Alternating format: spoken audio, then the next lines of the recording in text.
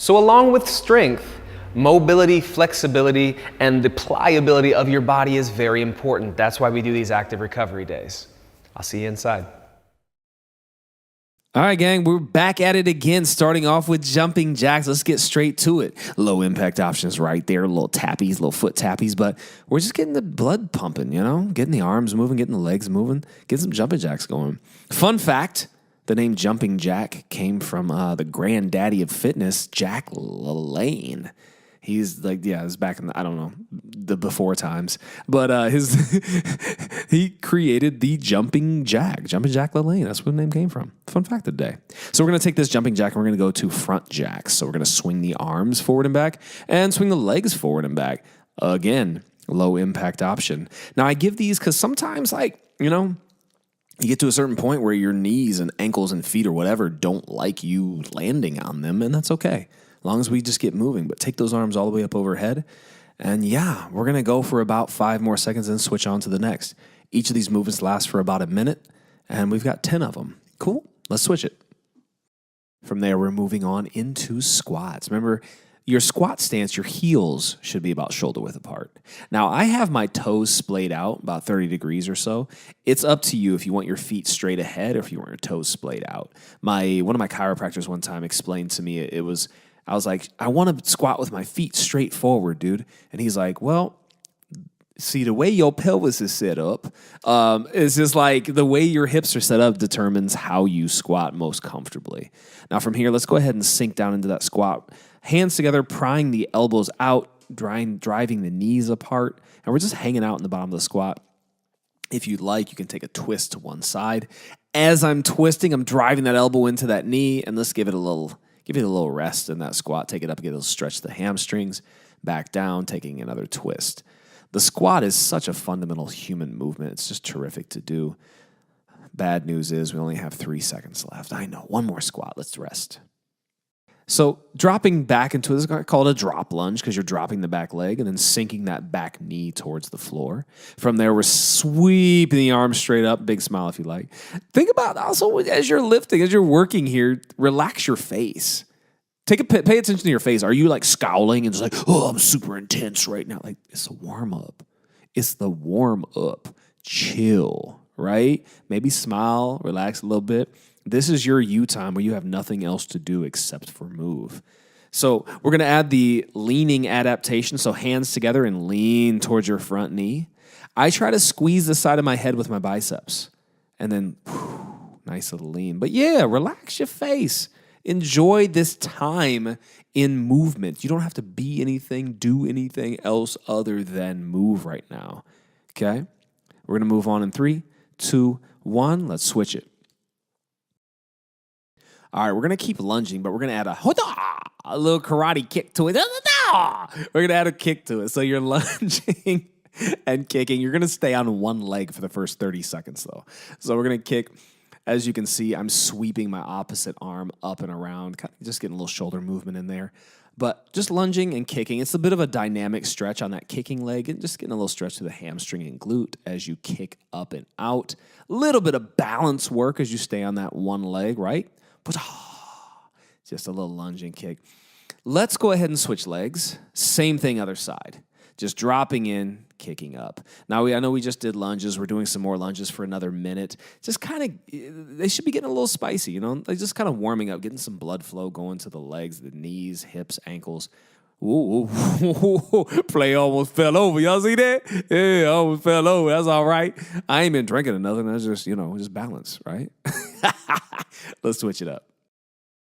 All right, kids. Next up is the half Cossack squat. Yeah. So your goal in this one is to take that hip out, jut it out, and stick it out over your heel. Poke that thing out. Poke that thing out. Yeah. All right. Sorry. But you're just sticking your hip out. Hip, knee, and heel are all in line. If you can do a full Cossack squat, that means your butt is going all the way to the floor. I can't physically do it flexibility-wise, so we're doing a half Cossack squat. But if you're a bit more advanced, feel free to do a full Cossack squat. Now, we're adding a twist in here. So as you shift over to your left, lift your left hand. As you shift to your right, lift your right hand and rotate through the spine. So you're shifting your chest to that direction as well as lifting your arm. Beautiful. This is one of my favorites. It just feels so good. Oi. Good. Now let's adapt that Cossack squat and switch to sliding across. All right, we're still going with the Cossack squat, but we're going to stay low. So as you slide across, instead of popping all the way up like we did in the last one, we're just going to keep the hips like on a horizontal plane and slide from one side over to the other, loading one hip, one leg, stretching to the other one. So right now, that leg is like that long leg that's long. You should be feeling a little bit of a stretch to the inner thigh. And then the leg that's working, like, yeah, they're getting a little spicy there, right? Because we're just staying low, keeping those muscles contracted as we slide back and forth. Just shifting side to side. Nice and easy. And then we're going to add the twist. So I love adding that twist in there. So stay rotated, slide across, and then when you get there, rotate towards that knee. Slide and twist. Slide, then twist. Slide, then twist. Beautiful. We got about 5 seconds to go, so do 2 more. Oi. Yup. 1 more. All right, y'all, let's lay it down. Pull your knee to your chest, and we're just doing a single leg bridge. I know, get down there. I know, it takes a sec. But we're just driving your heel into the floor and squeezing up. Don't arch your back, right? Keep that knee pulled in. When you pull your knee to your chest in this, it prevents your pelvis from tipping forward. So you'll notice you won't go up very high, but you may notice your hamstring cramping or maybe your glute cramping. That's what we want. We want the hamstring and glute really firing. Go ahead and switch sides. We're going to do the other leg. And again, if you can look at the screen right now, I'm not lifting my butt very high. I'm getting up about 5 or 6 inches. But that's really all you need. It doesn't matter how high you're going. It matters how much glute and hamstring engagement that you're getting here. That's what we want to work on. Not how far you can move, how much muscle engagement you can get here. Cool. Let's go for about 6 more seconds, and we're going to stand it back up for some single leg RDLs. Now that we got the hamstrings moving, let's get them working a little bit more. Let's switch it.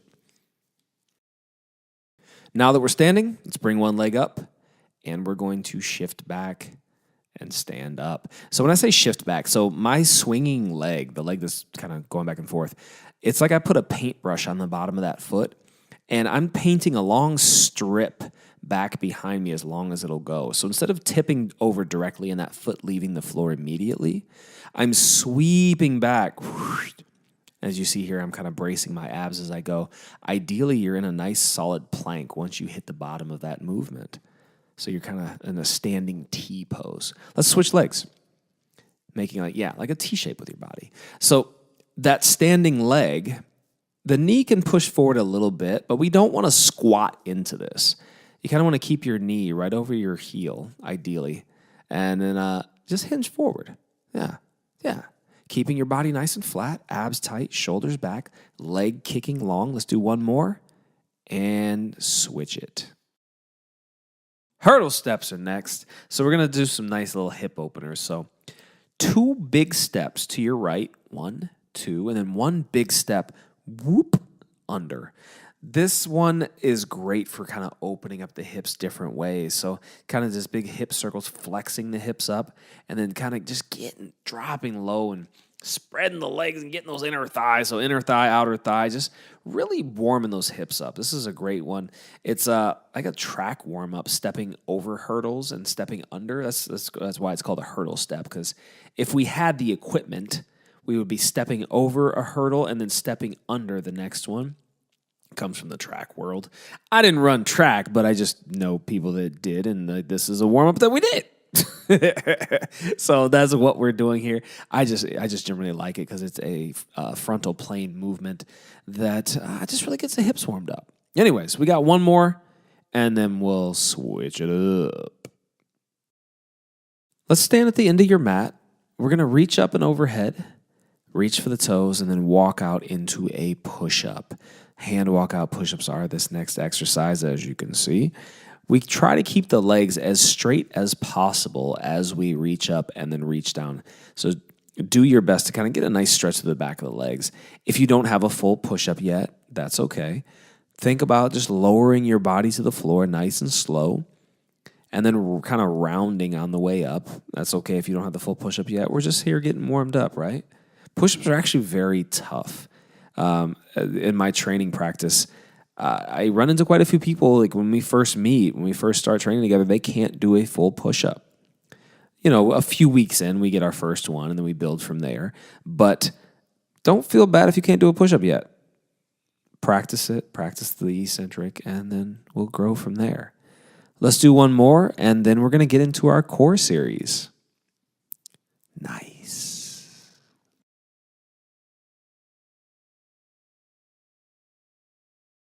All right, y'all. Next up is knee tuck plank. So you're going to get into a plank position, and then we're going to jump the feet up, effectively tucking the knees in and then shooting your feet back. Just tucking in, push them back. Tuck them in, push them back. Keep your shoulders right over your hands.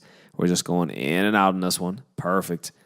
If you run out of gas, if you're like, dude, this is too high level for me, feel free to just hold a plank. That is fine. We're just going for 30 seconds here. Tuck them in, shoot them out. If it's too much for some reason, feel free to step them in and out. We only have 3 seconds, and then we're going to flip over onto your back. Let's flip it over. All right, on your butt, we're going to sit up into a V-sit position. Don't let your back arch, chest nice and tall. If you need to, put one foot down or both feet down, but more advanced, pull the knees up. Again, keep the chest lifted. Yep. I am struggling and wiggling around quite a bit here. Ideally, the legs are kind of out in a tabletop. This is not a strong position for me, so I am struggling with this, and hopefully you're not. You're better at this than I am. And then we're going to switch over into a plank again. All right, we're back to the plank. Let's lift one arm. Single arm plank. We're going to shoot for 15 seconds per side. If it's too tough for you, feel free to stay in just a normal plank. Make sure your feet are wide, though. You may be struggling because your feet are too close together. Switch sides. You may be struggling if your feet are too close together because that challenges the balance. Now, I'm taking it down to my elbows because from the elbows, it's quite a bit tougher, okay? So you know the deal. We have 2 rounds to do this, so we can hit the elbows next time. Let's flip it back over to your back. All right, back over to your back. We are going to go to swimmers, hands underneath your butt and feet elevated, little kicks. Just little kick, kick, kick, kick, kick, kick, kick, kick, kick. Little swimmies, okay? If you can, stay crunched up so your ribs are pulled down to the floor. Feet are elevated. And like I said, I put my hands under my butt just to kind of help support the lower back. But you're really thinking about pulling your pelvis up and in while you're doing this. So pulling your belt buckle up towards you for 3, 2, 1. Stay right there on your back. Crunches are up next. Feet flat. Crunch it up. Just rounding that spine. You know what to do. Just little breaths. I like to take little breaths and just take little, make little sound. Well, you know me by now, right? I like to make sounds. It's fun. It's just fun to do, right? It's just fun to make sound. Okay, for some of y'all are like, nah, you're just weird, dude. And that's true as well. But it's fun to make sounds. I don't know. Let's go back to our side crunches in 3, 2, 1. Side crunch. Yep, back to your side. Lay it down, hand on the abs. Let's crunch it up. We're just keep going with those crunches. First, we're crunching to the front. Now we're crunching to the side. Then next, we're going to crunch to the other side. Again, if you want to lift those hips. So these crunches are just really good. Just like getting those abs going. Like most of the time, I love doing stabilization of the core, planks, side planks, because that's kind of how our core works functionally. But they make you sore, Feeling sore feels good. 3, 2, 1. Let's flip it over. Hit the other side. And then continue those crunches on the other side. Just crunching up. That's it. Being sore isn't always indicative of a good workout, but it feels good to be like, oh yeah, I know I worked it. Because you can have a great workout that's building muscle, highly productive, and you're not even sore from it. And you can just go the succeeding days, but it just feels damn good to be sore. 3, 2, 1. Let's go into hollow holds. For instance, here, let's hit this hollow body hold. The hollow holds don't really make you that sore, right? It's a great core stabilization exercise, which is amazing for your functional strength. For you being functionally strong and being able to support your spine and hold it in place under load. but they don't necessarily make you sore. So just keep that in mind as you're lifting. Just because you're not sore sometimes doesn't mean you didn't get a great workout. So we got 3 seconds and we're going to flip over for prone snow angels. Let's flip it. All right, you know what to do. We're lifting the chest, lifting the thighs, sweeping the arms. Hands start up, rotate them in as you sweep back. And yeah. This is kind of a little break from the ab stuff. I mean, you still have to kind of keep your abs tight to like support your body, but it's a little bit of back work as we're working the low back, working the shoulders, working the glutes, all that good stuff. And then we're going to finish with the bicycle crunch. Ready? Let's flip it back over. Long lever bicycle crunch. Legs are long and you're twisting side to side with the upper body, rotating from left to right, trying to hit your elbow to your knee. And if this legs long is too hard, feel free to bend the knees. This is an advanced version of the bicycle crunch, but it's pretty decent. Gets those abs finished off proper like. 5 seconds and we're going to go into our mobility. You're almost done. And let's rest. We are back at the top in this plank, back in business, tucking the knees up and in. You know what to do. We did everything. Now we're just going to do it over again. Like, I consider that first whole set as the practice round.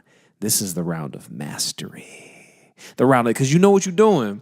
You're already nice and warmed up. Let's go ahead and take it on home. So if you have a little bit extra, give a little bit extra in the second one because you know we finished this whole routine with recovery. All right, we're flipping it over to your back in 3, 2, 1, V-sits. V-sits. V is for victory. So sit up nice and tall. Keep those legs out if you need to. Again, bring the feet down. But V is for, this is our victory lap, right? You do the first lap and you're like, cool, I got that in. This is the victory lap because we already won. We already out here winning because we showed up. So this is that victory lap with the V. I'm just talking right now. I don't know. Okay, hang in there, though. You got about 7 seconds to go. We're going to flip back over for that single arm plank. Are you ready? All right, let's flip it over. Yo, we're back up in that plank. Lift one hand. We have our single arm plank, 15 seconds per side. Hanging on here. Are your legs squeezed? Like your knees are locked? Your knees shouldn't be bent. Lock your knees. Squeeze your butt. Like eat your shorts. Like switch hands. We're going to the other side. Eat your shorts. Right? Butt squeeze, leg squeeze, ab squeeze, shoulders pulled back and down. Your whole body is engaged in this plank. We don't want soft planks. We want them nice and squeezed. 3 seconds, we're going to flip over to your back and switch it. All right, back to swimmers. Hands under your butt and little kick. We're going to lift the legs up and down and just kicking those legs. If you want, you can leave them low and just kick them. Hover them right above the floor, little kicks. Just make sure you're keeping that arch out of your low back. You want to think like, we put the hands under the hips to kind of help keep the pelvis tilted back, but that's what you're trying to do with your abdominals. Keep the pelvis in place while the legs go into extension. We're going to go into crunches in 3, 2, 1, feet on the floor. Crunches are up next. Feet flat, crunch it up. Just rounding that spine. You know what to do. Just little breaths. I like to take little breaths and just take little, make little sound. Well, you know me by now, right? I like to make sounds. It's fun. It's just fun to do, right? It's just fun to make sound. Okay, for some of y'all are like, nah, you're just weird, dude. And that's true as well. But it's fun to make sounds. I don't know. Let's go back to our side crunches in 3, 2, 1, side crunch. Yep, back to your side, lay it down, hand on the abs. Let's crunch it up. We're just keep going with those crunches. First, we're crunching to the front. Now we're crunching to the side. Then next, we're going to crunch to the other side. Again, if you want to lift those hips. So these crunches are just really good. Just like getting those abs going. Like most of the time, I love doing stabilization of the core, planks, side planks, because that's kind of how our core works functionally. But these they make you sore, Feeling sore feels good. 3, 2, 1. Let's flip it over. Hit the other side. And then continue those crunches on the other side. Just crunching up. That's it. Like being sore isn't always indicative of a good workout, but it feels good to be like, oh yeah, I know I worked it. Because like you can have a great workout that's like building muscle, highly productive, and you're not even sore from it. And you can just like, go the succeeding days, but it just feels damn good to be sore. 3, 2, 1, let's go into hollow holds. Like for instance, here, let's hit this hollow body hold. Like the hollow holds don't really make you that sore, right? Like it's a great core stabilization exercise, which is amazing for your functional strength. Like for you being functionally strong and being able to support your spine and hold it in place under load. But they don't necessarily make you sore. So just keep that in mind as you're lifting. Just because you're not sore sometimes doesn't mean you didn't get a great workout. So we got 3 seconds and we're going to flip over for prone snow angels. Let's flip it. All right, you know what to do. We're lifting the chest, lifting the thighs, sweeping the arms. Hands start up. Rotate them in as you sweep back. And yeah. This is kind of a little break from the abs stuff. I mean, you still have to kind of keep your abs tight to support your body, but it's a little bit of back work as we're working the low back, working the shoulders, working the glutes, all that good stuff. And then we're going to finish with the bicycle crunch. Ready? Let's flip it back over. Long lever bicycle crunch. Legs are long and you're twisting side to side with the upper body, rotating from left to right, trying to hit your elbow to your knee. And if this legs long is too hard, feel free to bend the knees. This is an advanced version of the bicycle crunch, but it's pretty decent. Gets those abs finished off proper like. 5 seconds and we're going to go into our mobility. You're almost done and let's rest.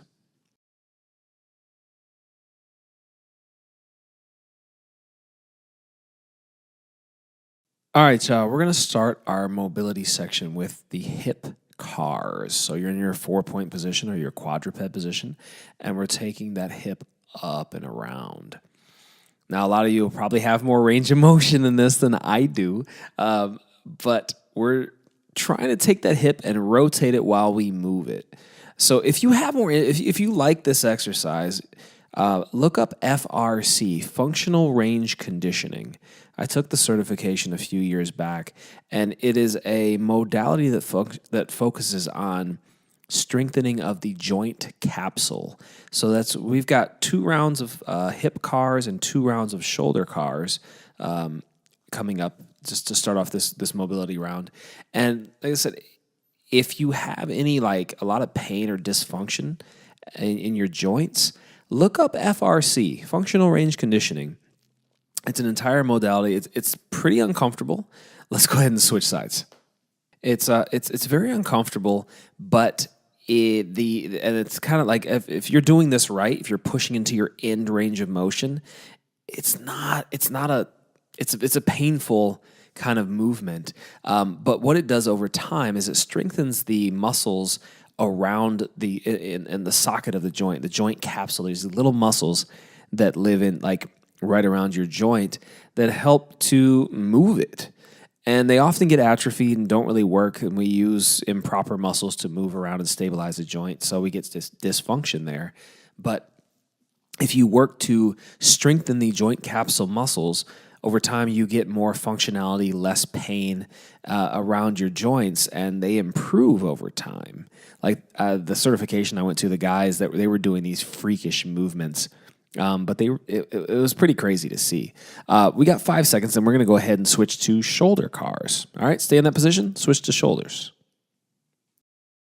So same thing here, lifting up, rotating that shoulder down, internal rotation as you sweep the arm back and around, and then bring it back up, sweeping it, rotating it back and around. So yeah, the certification I went to, these guys had trained their joints so much where I remember the one guy, he stood on the side of his ankles. He was standing up, full body weight. He had rotate. You know how you roll your ankle? Like your foot goes in and your ankle goes towards the floor? Yeah. So this guy was able to stand on the sides of his ankles, right? And I was like, keep it in the circus, freak. What are you doing? He could stand on his ankles, and then this cat jumped and landed on the sides of his feet. He landed on his ankles, and he was like, look what I can do. Bam, bam. And I'm like, what are you doing? And he's just jumping on the sides of his ankles. We're going to switch arms in 3, 2, 1, switch sides. So this guy is jumping up and down on the sides of his feet like, look, if you can train your joint to work, you'll never have a rolled ankle again because you can train your joint to be strong in this range of motion. Then it's not a sprain. It has control in these like fringe ranges of motion. And it's true. If you can train your joints to have stability and strength at the end range, and you can expand that end range of motion, which is what we're doing with these shoulder and hip cars, trying to expand your end range of motion, means you don't have injuries when it gets, away from its center. So it was an excessive demonstration, but it illustrated the point of what we're doing here. So we've got about 10 seconds left, and then we're going to switch it up. So finish up your shoulder cars for 5, 4, 3, 2, 1. Let's rotate. All right, we're laying it flat down on your chest, shoulders glued to the floor, and you're going to kick one foot up and across. This should be a nice stretch through your lower back and your spine. I like to breathe in when I come down. Exhale as you kick. Kind of wringing out your lungs as you wring out your spine. Just like that. Perfect. Switching from one side to the other. Now, if you'd like, you can lift one arm off the floor. Now, this kind of, if you want to keep stretching through your spine, just keep with the traditional scorpion stretch. If you want to release the arm, that'll get more of a stretch through the pec and the front of the shoulder, so your chest and your shoulder. If you want to, as you kick your right foot, if you want to reach your right arm towards the ceiling, that will do more of that. So it's all where you want to stretch. If you want more of your back, keep your chest on the floor. If you want to get up in the upper body, take it up. All right, let's bring it back up to the hands and knees. All right, scapular push-ups. Your scapula are your shoulder blades. So this hence the name scapular push-ups. We're not bending the elbows. Elbows stay straight. We're just squeezing the shoulder blades together and then pulling them down the sides of your body, spreading the shoulder blades apart. As you can see here, I've gone up to my toes. That is the advanced version of this. That can be pretty difficult, though. So if your shoulder blades don't move, if they don't squeeze together, stay on the knees. Keep some of that load off of the shoulders and just work on moving them. Work on mobility before you work on strength. Squeezing the shoulders together, spread them apart. Remember, take some nice deep breaths in here. Just breathing as you push and pull through the shoulder blades. Okay? Keep hanging in there. Just nice and easy. Nice and easy. We got 5 seconds to go, and then we're going to sit in a straddle position with your feet apart. Let's go ahead and switch it. All right, we're sitting flat out. Walk your hands out and away and just stretch right down the middle. Nice little hamstring and groin stretch. If you want more, think about flexing the top of your feet up towards your shins. If you can't reach this far, think about grabbing behind the back of your knees. I'm relatively flexible in this, so if you're like, damn, I can't do that, dude, that's fine. Grab behind your knees and just pull your body forward a little bit. Make sure you're breathing deeply. Don't hold your breath while you stretch. Nice breaths in. Let's go ahead and reach over to your left side. Left or right, either way, I don't care. Just one side. We're going to do both sides. It's fine. It's fine. And again, breathing in, bringing your head down towards your knee. And then switch sides. Other side. Nice big breath in and out. Reach for your heel. If you can't get that far, reach for your calf. If you can't get that far, reach for the back of your knee. And then let's switch into wrist rocks. So the wrist rock, hands go on the floor, and we're just going to rock back and forth. It's exactly what it sounds like. You're rocking on your wrists. That's it. So as I rock forward, I'm thinking about pulling my hands up towards my forearms. The hands are obviously plastered to the floor, so the forearms pull forward. But we're just rocking back and forth, pulling and then pushing away. I kind of push away to kind of push my body back. We got 30 seconds here. Then we're going to flip the hands over, bringing the top of the hands to the floor. I'm going to bend and straighten my elbows. So keeping your hands fully on the floor, kind of back of the wrist on the floor, bend and straighten as much as possible. This one gets a little spicy for me. I can't really get my elbows all the way straight, kind of getting that straight angle on the wrist because my wrists are kind of tight and not really great. So just rocking back and forth. Yeah, that's terrific. We got about 5 seconds, and we're going to go into a 90-90 sit. So go ahead and sit on your butt, feet wide. Let's go. All right, you know this one, 90-90s. So we're going to pull that back knee open. Yeah, and then rotate across. Oof. Oh, the stiff hips. If you need to, put your hands back behind you. Yeah. And then pry it back the other way. And we're just going back and forth. If you have good hip mobility, you should be able to keep your hands off the floor, keeping them up in front. But remember, try not to lead this one by like rotating your hips. Lead this one by pulling that hip open, rotating through that hip, and then pivoting the hips once you get to that fully open position. We got about 20 seconds left, then we're going to do a real fancy version of the 90-90 hip rotation where we kind of go up into a bridge and lunge. It's pretty cool. It's pretty cool. So we got about 7 seconds here. Then we're going to move on to the next one, but we're going to stay in this position because it's just an adaptation of this movement. Cool. All right, like I said, we're going to start off in the 90-90. Then we're going to go up into a bridge, and that back leg, we're going to step it through to a lunge. Then we're going to bring it back and sit it down. Now let's you try that. From your 90-90, go up into a bridge, back leg step through, and then into a lunge, step it back. I know this one it's a bit complicated. Keep trying though. Keep trying. Bridge up, step through, bring it back, step it down, and then flip over. Bridge up, open the hips, yes, step through. Now I know this one is a bit complex, and we're almost like we're like 2/3 of the way through, and you may just be getting it. Feel free to pause and like rewind this if you're not quite getting it. I mean, you guys are pretty good, so I know you're probably like, yeah, I got it, Josh. Don't worry. But just saying, if you want to try it again, try it again. We got 3 seconds. Let's go ahead and switch it to a kneeling hip opener.